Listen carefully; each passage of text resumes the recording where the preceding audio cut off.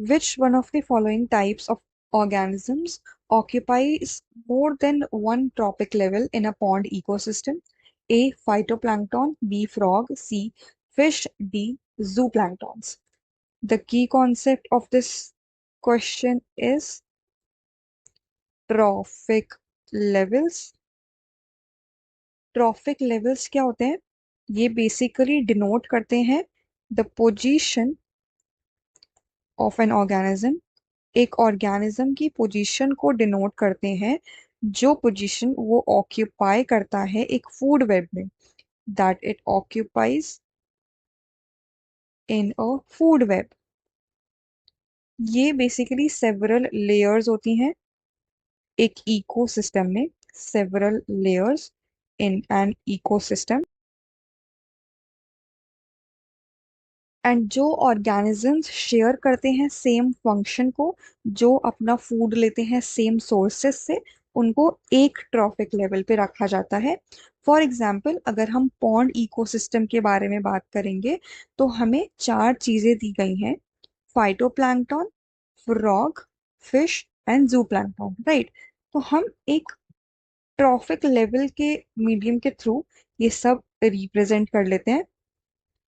Pond system में producer जो होगा दैट इज फाइटोप्लैंक्टॉन्स।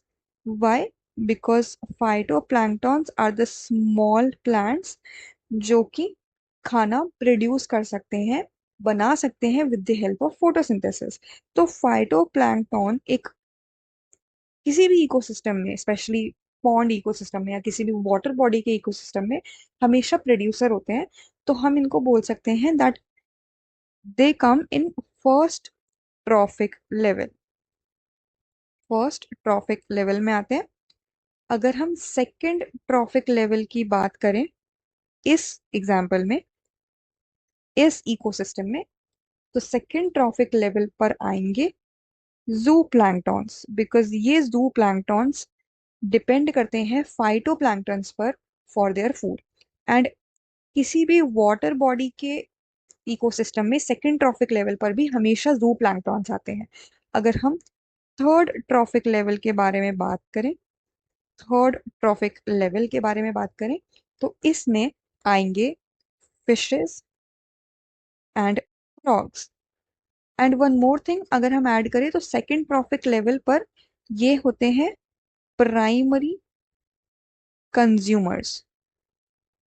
ये होते हैं primary consumers. And third trophic level पर आते हैं सेकेंडरी कंज्यूमर्स, और we can say primary carnivores, because zooplanktons come under animals and fishes and frog depend करते हैं जू प्लैंक्टन्स पर। तो ये प्राइमरी कार्निवोर्स कहला सकते हैं, या फिर हम इनको सेकेंडरी कंज्यूमर्स बोल सकते हैं। लेकिन हमें क्वेश्चन में पूछा है कि ऐसा कौन सा ऑर्गेनिज्म है जो एक से ज्यादा ट्रॉफिक लेवल को ऑक्यूपाई कर सकता है। तो अगर हम फिशेस का एग्जाम्पल देखें, फिशेस जो होती हैं उसमें स्मॉल फिशेस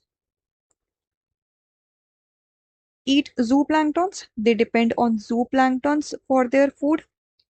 एंड जो बिग फिशेस होती हैं, big fishes feed on small fishes. तो अगर स्मॉल फिशेस जूप्लैंक्टन्स को खाएंगी तो इनको हम बोल सकते हैं कि ये सेकेंडरी कंज्यूमर है, सेकेंडरी कंज्यूमर्स हैं।